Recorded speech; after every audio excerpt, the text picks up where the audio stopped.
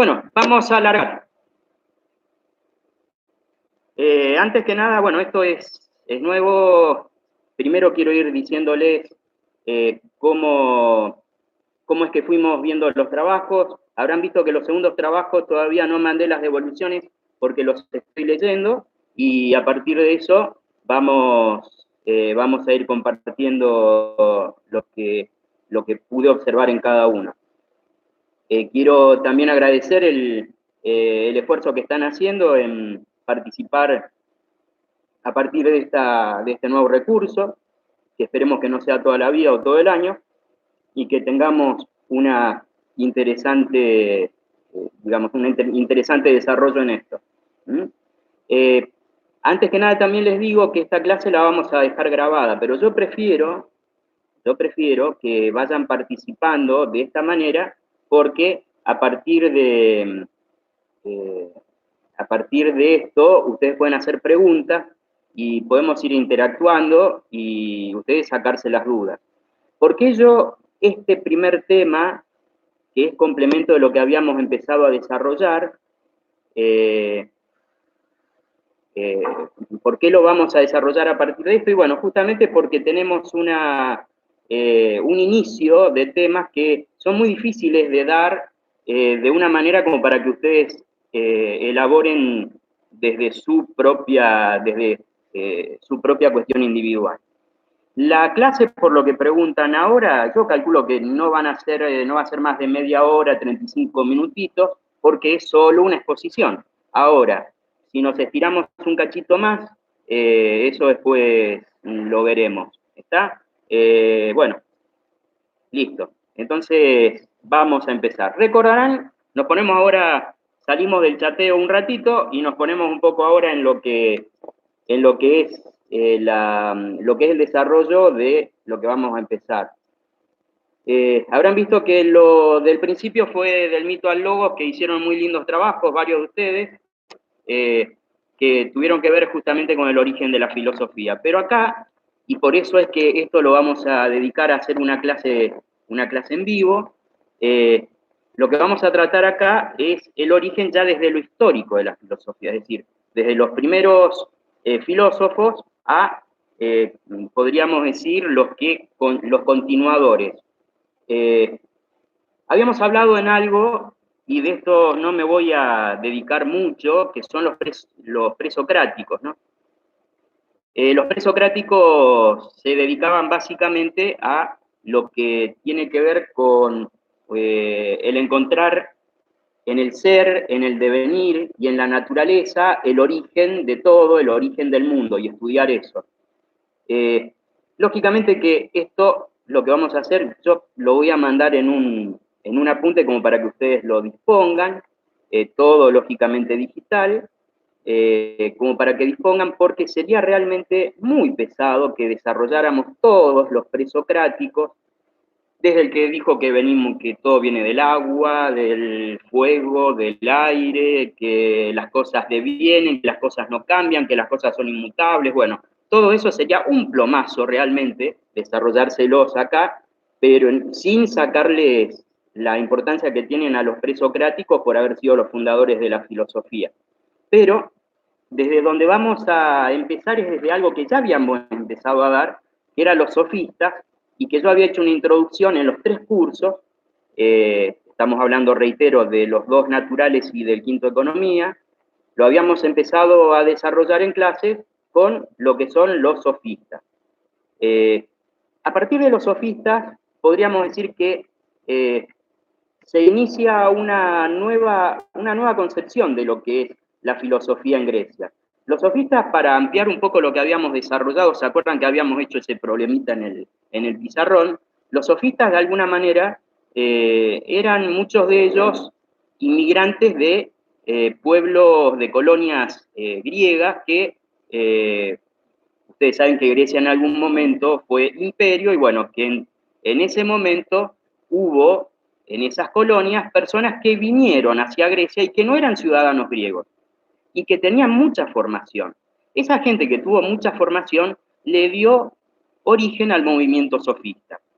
Los sofistas por muchos filósofos fueron muy denigrados.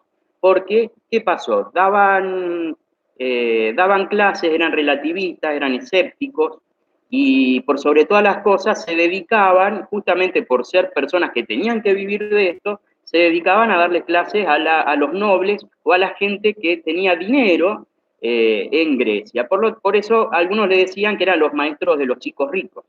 ¿Está? Entre las principales concepciones que tenían los sofistas, como les decía antes, ellos pensaban que el ser humano no puede llegar a la verdad. Por lo tanto, al no poder llegar a la verdad, ¿qué enseñaban? Enseñaban a convencer, que es lo que ya habíamos hablado en clases. En este aprender a convencer, justamente los discípulos aprendían, si se quiere, las técnicas como para lo que era en algún momento la participación política. Ustedes verán cómo más de una vez lo más importante es convencer más que llegar a la verdad.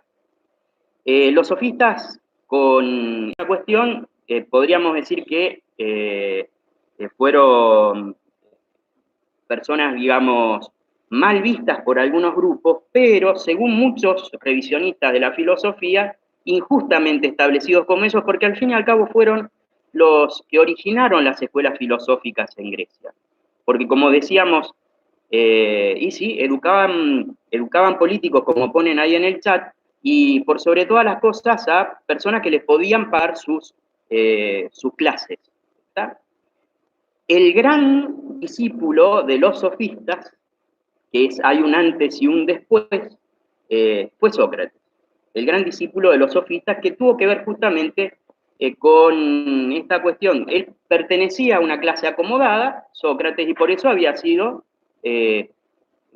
podríamos decir, había recibido las clases de los sofistas. En esto de Sócrates, ya ahora sí nos vamos a poner vamos a ampliar un poquito diciendo que era justamente un filósofo, o fue un filósofo, que primero y principal, en lo que fue su doctrina, no dejó nada escrito. No escribía. Sócrates no escribía. ¿Mm? Y se originó su saber en una cuestión fundamental contrapuesta a lo que eran los sofistas. Para Sócrates sí era posible llegar a la verdad. Para Sócrates sí era posible llegar a la verdad. Pero que esa verdad debía ser, de alguna manera o de otra, se debía aprender a sacarla desde adentro, porque toda persona puede tener la verdad, o mejor dicho, tiene la verdad. Lo único que tiene que aprender es cómo vehiculizar, cómo sacar esa verdad desde dentro. A diferencia de los sofistas que decían, el ser humano no puede llegar a la verdad, y ahí está, si se quiere, lo que planteaban como relativismo o como escepticismo, porque el relativismo es cuando se plantea que las verdades son relativas. Esto eran sofistas, ¿no? Y eran escépticos porque el escéptico lo que plantea es que no se puede llegar a conocer del todo. Esa es la cuestión escéptica, es decir, la incredulidad. Sócrates rompe con esto planteando, sí se puede llegar a conocer, es más, cada ser humano tiene la verdad dentro suyo. Pero en esta verdad que tiene dentro suyo, gran parte de los seres humanos no saben sacarla a la luz, darla a luz a esa verdad. Por eso, a partir de esta cuestión, lo que hace Sócrates es generar un método. ¿Mm? Ya algo hablamos en clase. Este método él lo llama, inspirándose en su madre, mayéutica. ¿Mm? La mayéutica, o el arte de dar a luz. El arte de dar a luz es el arte de sacar desde dentro lo que, en este caso, Sócrates decía que todo ser humano puede sacar, con la gran diferencia de que en este caso es la verdad, a diferencia de dar a luz nueva vida como lo hacía la mamá de Sócrates, que era partera. En este método, que es el método de la mayéutica, él lo establece como como primer submétodo, como primer técnica, la ironía. La ironía tiene que ver con esto de ir preguntando, no para decir la verdad, porque al fin y al cabo es el discípulo el que tiene que llegar a la verdad, sino ir preguntando para salir de la falsedad o para salir del error. ¿Mm? Recordarán el ejemplo que dábamos en clase. Las pocas clases que pude dar, en este caso podríamos decir que yo en aquel momento lo que tengo a mano en la mesa es, por ejemplo, bueno, tengo dos lápices acá, a ver, vamos a ver. Entonces, supongamos que el discípulo le decía a Sócrates, le decía, bueno, don Sócrates, qué lindo lápiz verde que tiene en su... Sino que le iba a decir, sí, es un lápiz verde tan lindo como este. A partir de esto podía establecer, si se quiere, una nueva concepción de ver el aprendizaje. Hasta ahí lo que se enseñaba era lo que era la verdad, porque al fin y al cabo de eso se trataba la filosofía, el hecho de que hubiera un maestro y diera una verdad y no poder moverse de eso. En este caso, el cambio de paradigma que hace Sócrates, es decir, vos podés construir la verdad. ¿Cómo te voy a ayudar? Te voy a ayudar haciéndote preguntas irónicas y llevándote a eso, pero a la verdad vas a llegar vos. ¿Mm? Para los que se le tilda el sistema, les voy diciendo que esto va a quedar grabado, pero manténganse conectados porque de una manera u otra lo importante es que nos escuchemos. ¿Está? Bueno, Sócrates entonces, como les decía, tuvo una vida que fue signada por esto de la enseñanza a partir de lo que era la caminata, el hablar con sus discípulos y la escucha y la pregunta permanente. Y en esa pregunta permanente podríamos decir que todavía estamos en la filosofía, el arte de preguntar. El arte de preguntar es mucho más importante que el arte de responder, porque básicamente todo conocimiento se inicia en una pregunta. Si alguien no se hace preguntas, es imposible que el conocimiento de una manera o de otra evolucione. Todo lo que sea, por ejemplo, esto que estamos viendo ahora, nuestra realidad hoy por hoy nos somete a un cuestionamiento, a miles de preguntas. Ustedes, por ejemplo, en esta situación, se estarán haciendo muchas preguntas como tanta gente en lo que es su situación, en este caso de aislamiento. Y bueno, justamente a partir de esas preguntas pueden surgir las respuestas. Y la filosofía, como ciencia madre que es la ciencia de las preguntas. Habíamos dicho que uno de los principales discípulos de Sócrates fue el que realmente fue el gran comentador de Sócrates. Recuerdan que les decía que Sócrates no había escrito nada. Y por lo tanto, este señor, como no dejó nada escrito, entre sus grandes discípulos tiene a una de las grandes personalidades a una de las grandes personalidades de la filosofía, que es Platón.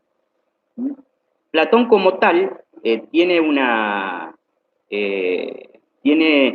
impronta ya de ser no solo el comentador de Sócrates, sino de originar un movimiento nuevo. Voy a hacer una pausita para ir viendo algunos chats. Bueno, a ver. Bueno, decían que alguno que se le tilda. Bien.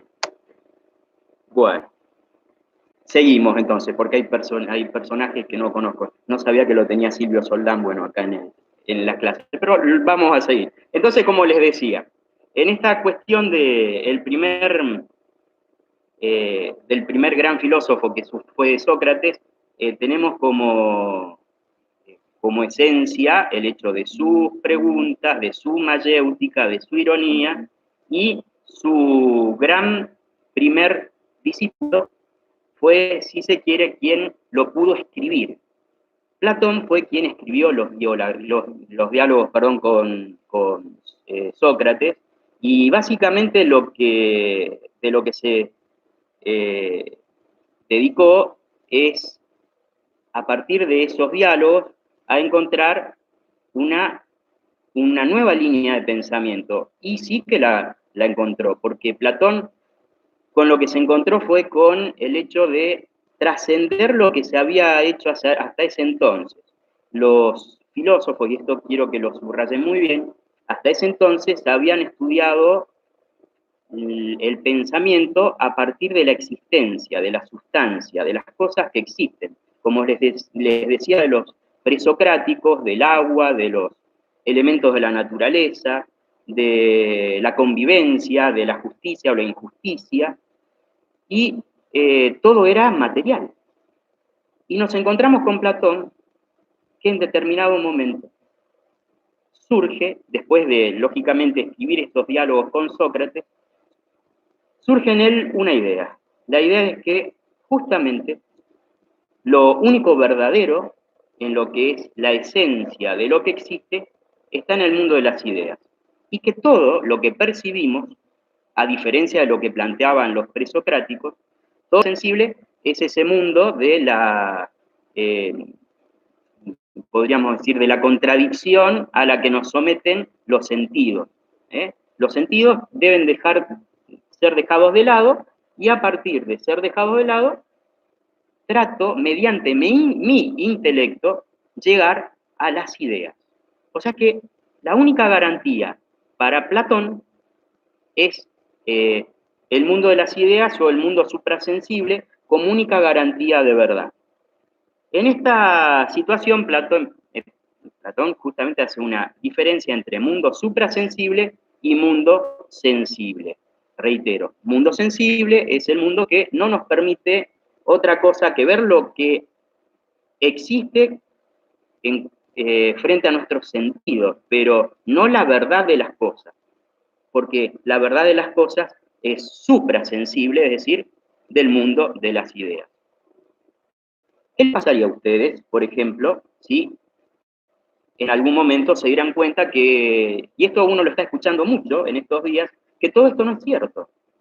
Por ejemplo, escuché gente decir, esto parece mentira, o como cuando pasan tantas cosas, esto no parece cierto. Bueno, un poco, si se quiere, ese saber platónico tiene que ver con esto de sorprenderse por algo que uno ni sabía que existía, o que, mejor dicho, no podía concebir del todo, porque era engañado por sus sentidos. Y acá voy a lo que ustedes ya leyeron en estos días y vieron en el video que les mandé, que es la alegoría de la caverna que hace Platón, en donde justamente lo que nos toca ver en nuestra vida cotidiana es algo que es un engaño, una impresión de lo que es la realidad, que está detrás nuestro.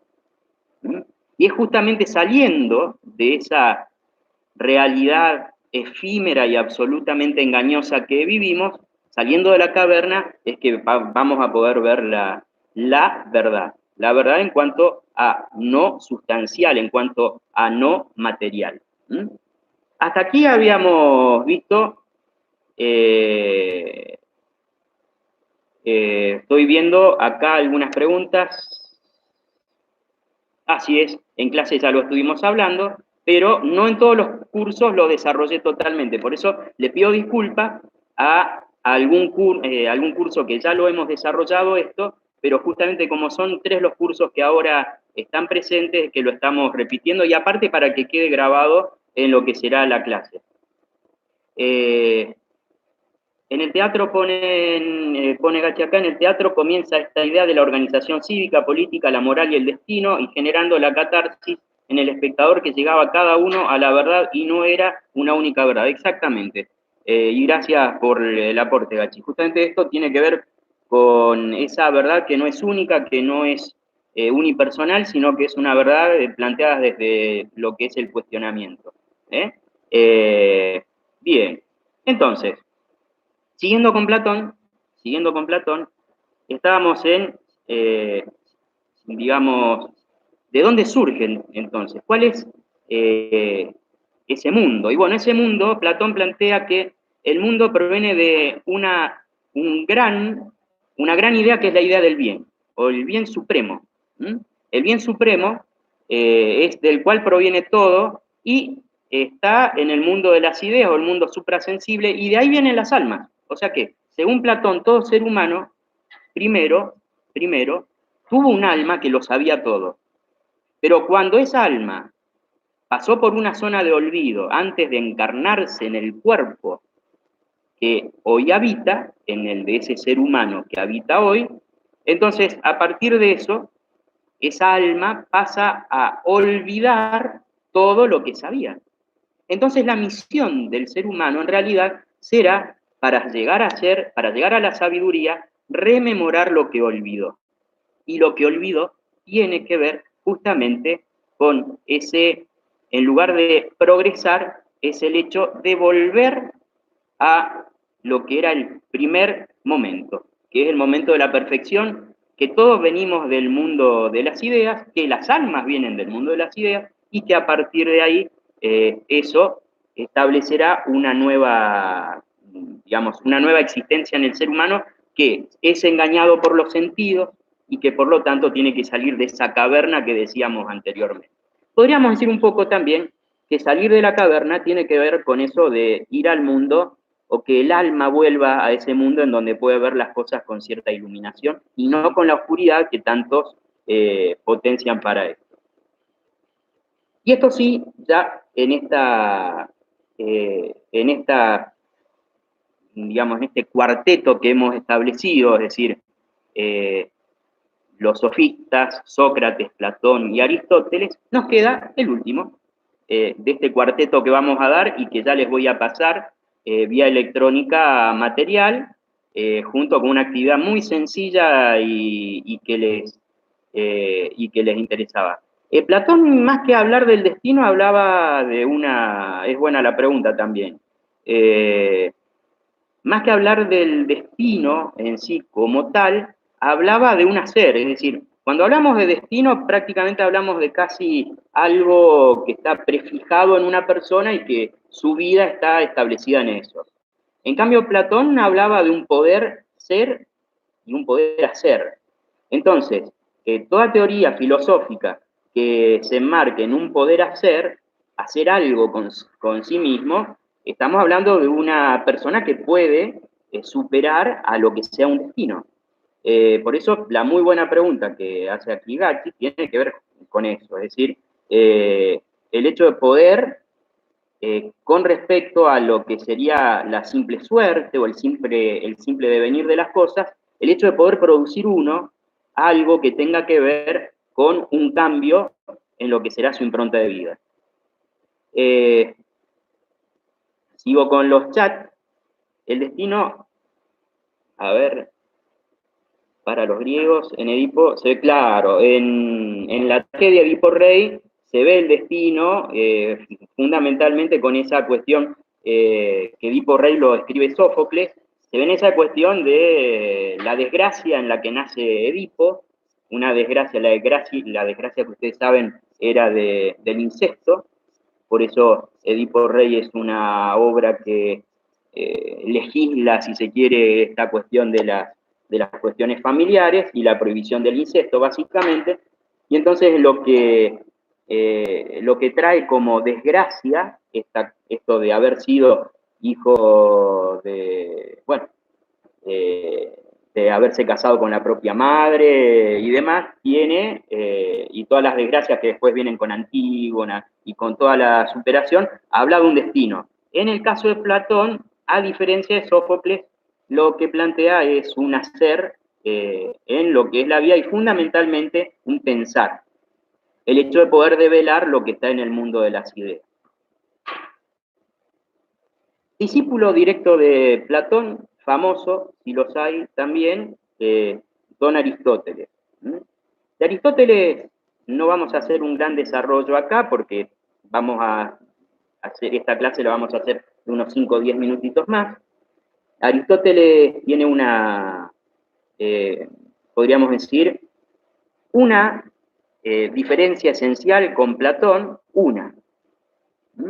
y debe ser vista así, es decir, porque más de uno lo ve a Aristóteles como alguien que rompe totalmente con su maestro Platón, y en realidad hay una gran diferencia y todo lo demás se asemeja mucho, lo único que Aristóteles fue más que nada al plano de la ciencia. Es decir, gracias a esta diferencia que yo les voy a decir, Aristóteles establece un origen en lo que son las ciencias. Tanto es así que se dedicó a las ciencias naturales, creó una lógica, la lógica proposicional, por ejemplo, aristotélica. ¿Cuál es la gran diferencia de Aristóteles con respecto a Platón?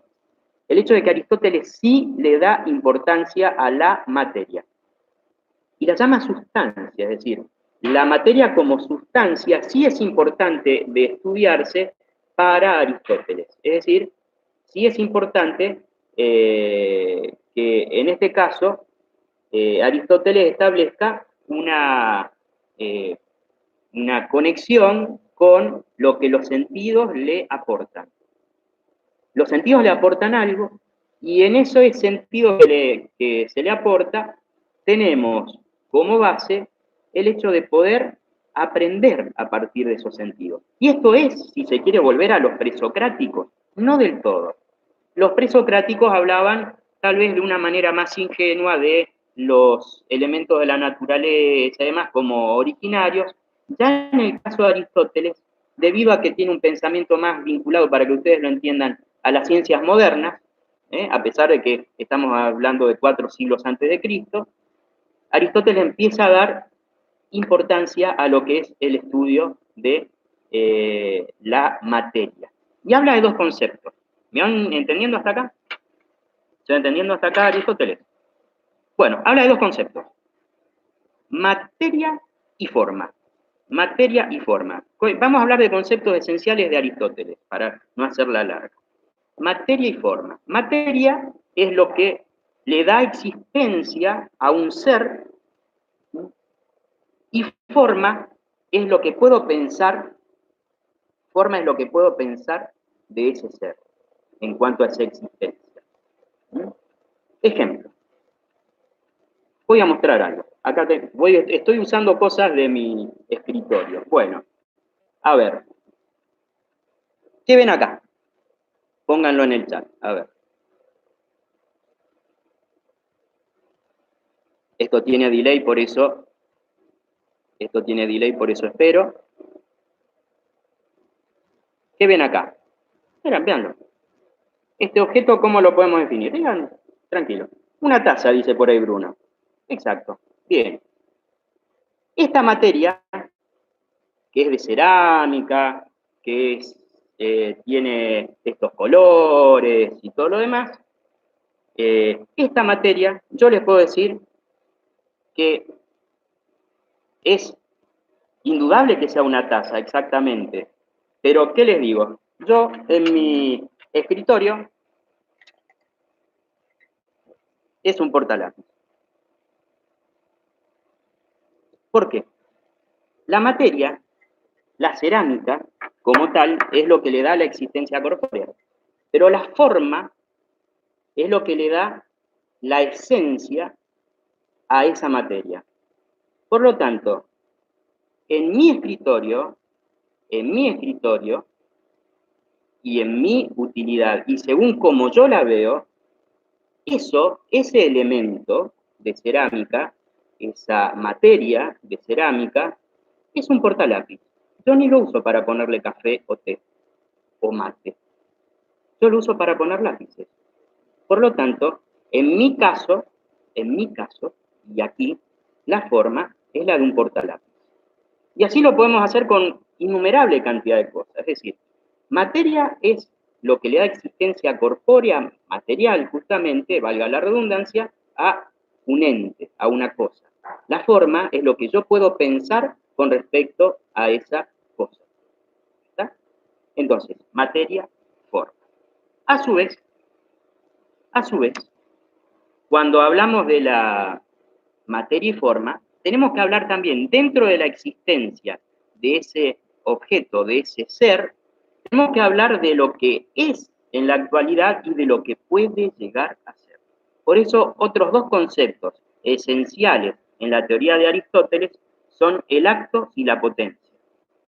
El acto y la potencia. El acto es lo que la cosa es actualmente, lo que tiene que ver con su presente, con lo que es como la percibo, con lo que es con respecto al presente. La potencia es lo que son las características que están insertas en ese ser y que marcan el hecho de lo que puede llegar a ser. Lo que puede llegar a ser. Entonces, materia, lo que le da existencia material al ente, forma, lo que puedo pensar con respecto a ese ente, acto, lo que la cosa es, potencia, lo que puede llegar a ser. Por ejemplo, este portalápiz supongamos, ahora yo puedo hacer, está en acto de ser portalápices, le saco los lápices, ¿está? Y le pongo yerba y eh, una bombilla y se convierte en mate, por ejemplo. ¿A qué hacemos referencia ahí? A que estaba en potencia dentro de sus características, ojo, dentro de sus características, estaba la potencia de poder ser mate. O sea, en sus características estaba en potencia de poder ser mate, según cómo yo lo utilizo. Así como, por ejemplo, tantas cosas en cuanto a un ser humano. Alguien puede estar en acto de ser feto y en potencia de ser bebé, ese bebé en potencia de ser adolescente como ustedes, etcétera, etcétera. Es decir, la potencia es lo que son los atributos que puede llegar a tener ese ser en cuanto a su materia, en cuanto a sus potencialidades y lo que se pueda llegar a hacer según las circunstancias. En este caso, no solo por una cuestión básica de, si se quiere, un devenir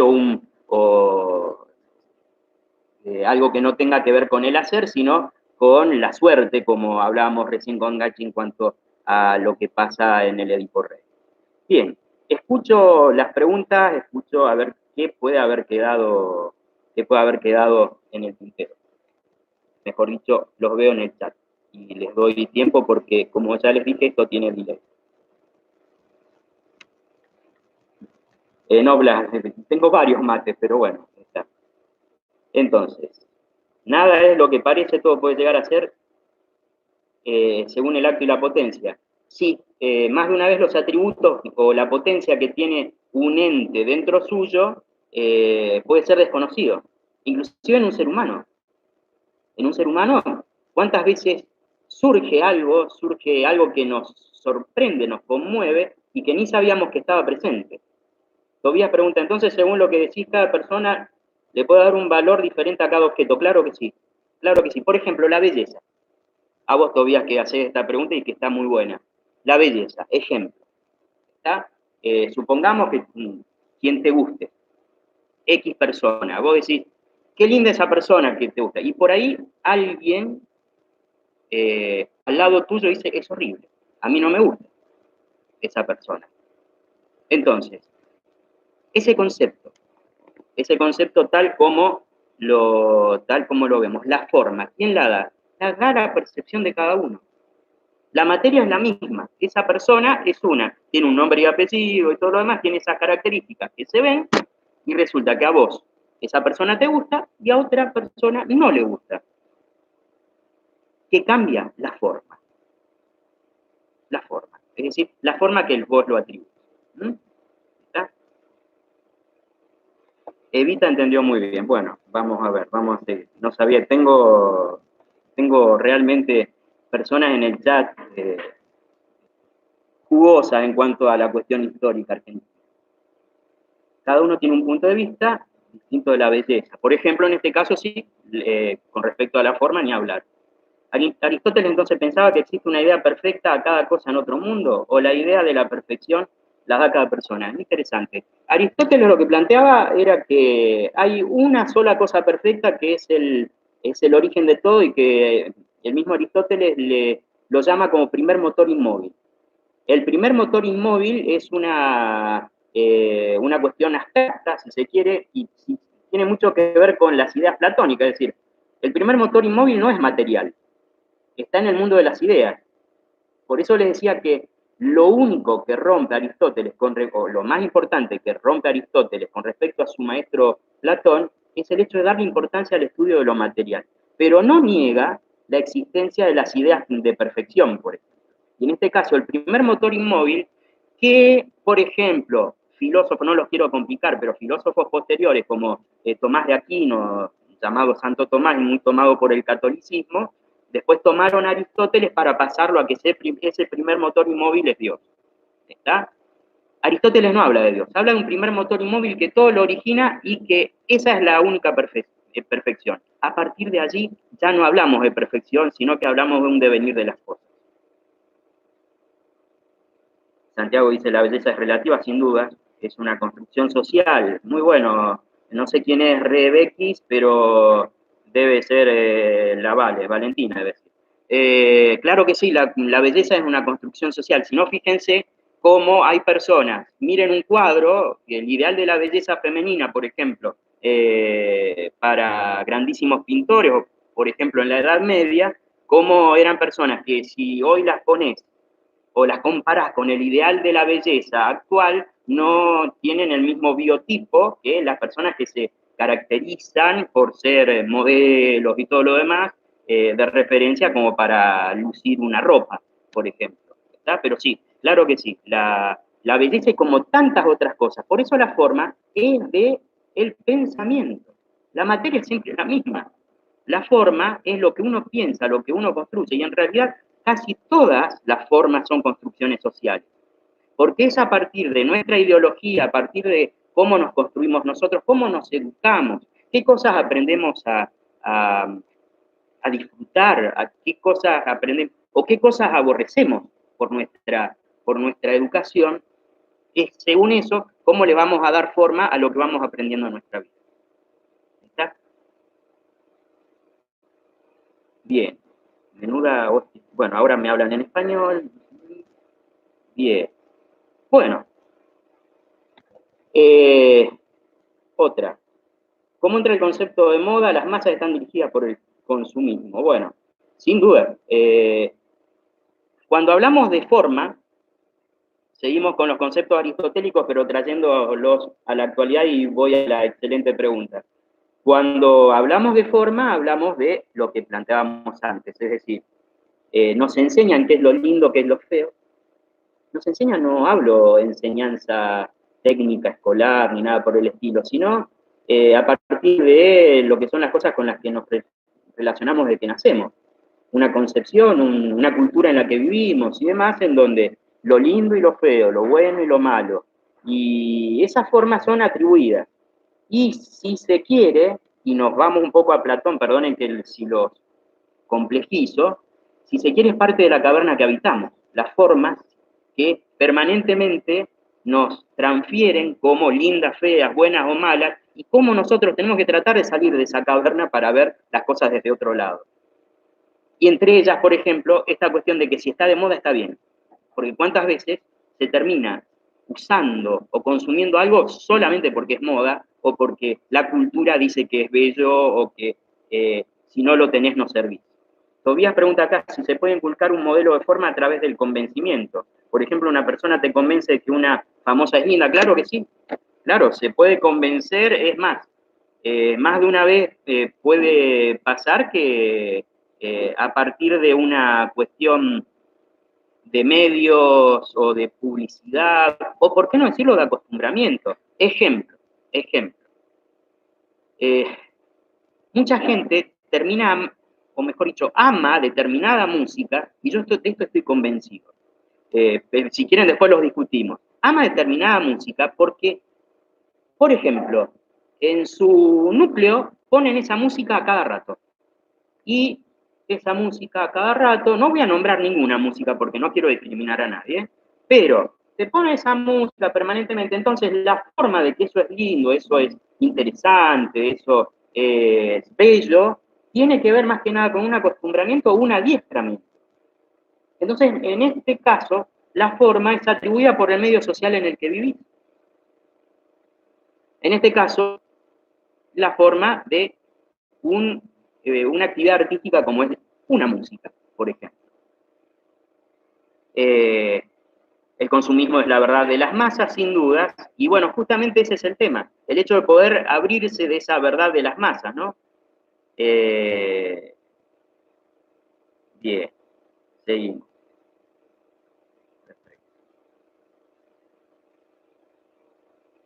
Bien, bueno, ¿alguna otra pregunta? Y si no, ya ahí estaríamos finalizando.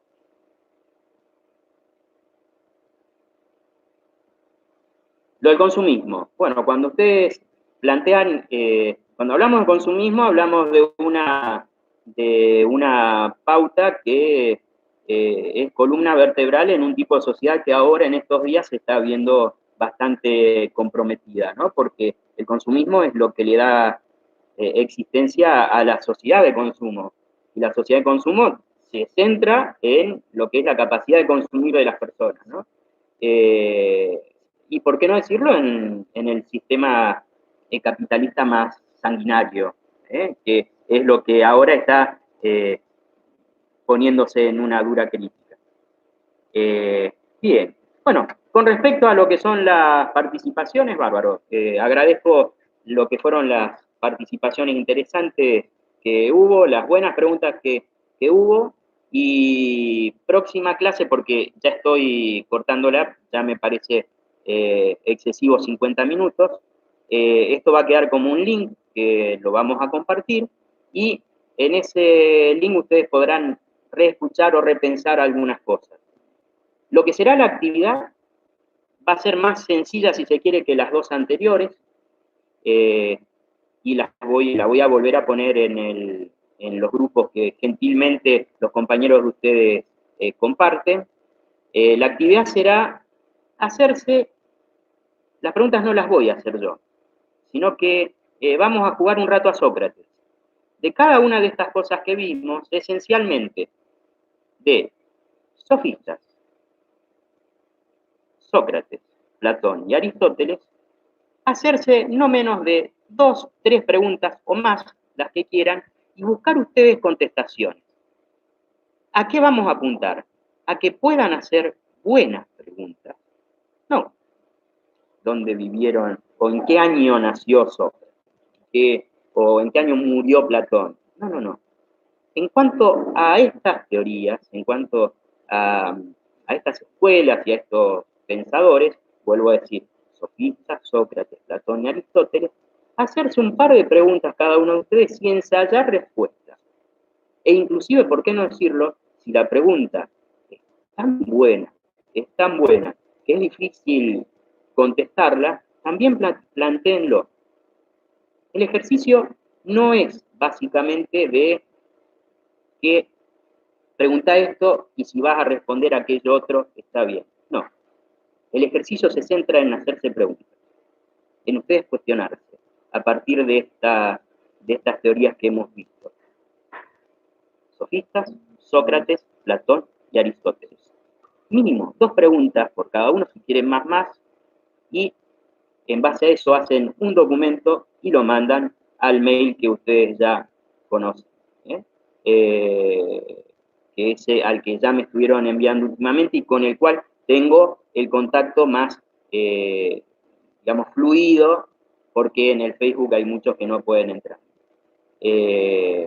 A ver qué propuesta hay por aquí.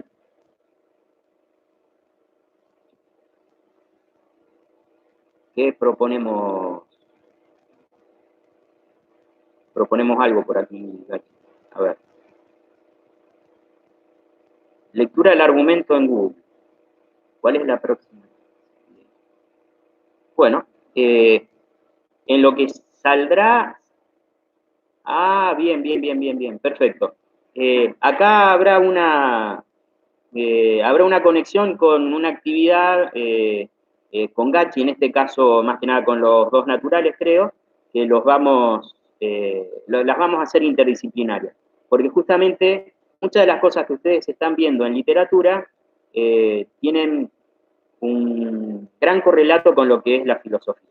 Bien, entonces les va a llegar la actividad, vuelvo a decir, a los que ya me habían anticipado algunos chicos que no pueden entrar en directo, por eso necesitan tener el link de la clase, lo van a tener, y junto con ese link de la clase vamos a compartir lo que es la actividad y material digital que ustedes ya van a poder ir incorporando, no importa que lo impriman, no es importante que lo impriman, sino que lo tengan, ese material digital que habla de todo esto que les estuve hablando hoy por hoy.